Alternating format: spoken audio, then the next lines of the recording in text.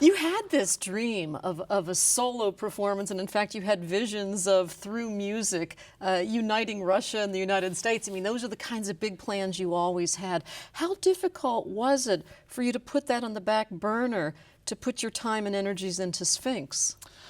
Yeah, well, it was interesting because I did have this sense of guilt as I began to practice less and focus more on Sphinx. And I reached a very pivotal time where I actually sat down and was thinking about it, and I realized that Sphinx had become my primary instrument. The organization itself was my instrument, and in realizing that, and I came to the conclusion that I could bring about more change through Sphinx than through my own presence on stage. And that was profound, but when it happened, it was like a switch, and I no longer felt that guilt, and I think it's because I felt like my path had now been laid out and that there was clarity.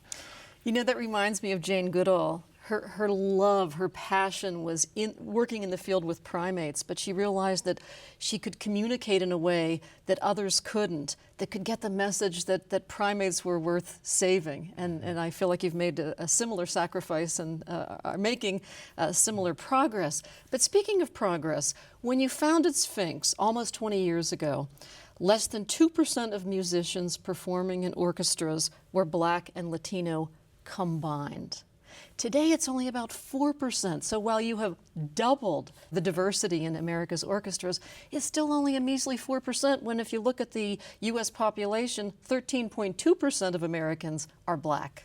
Absolutely. And in some ways, that is just part of the reason why it's so critically important that Sphinx can not only continue, but continue to expand the work that it does, and also be an inspiration and a catalyst for other organizations and other institutions to add to the vibrancy and the rich texture that must comprise the performing arts field.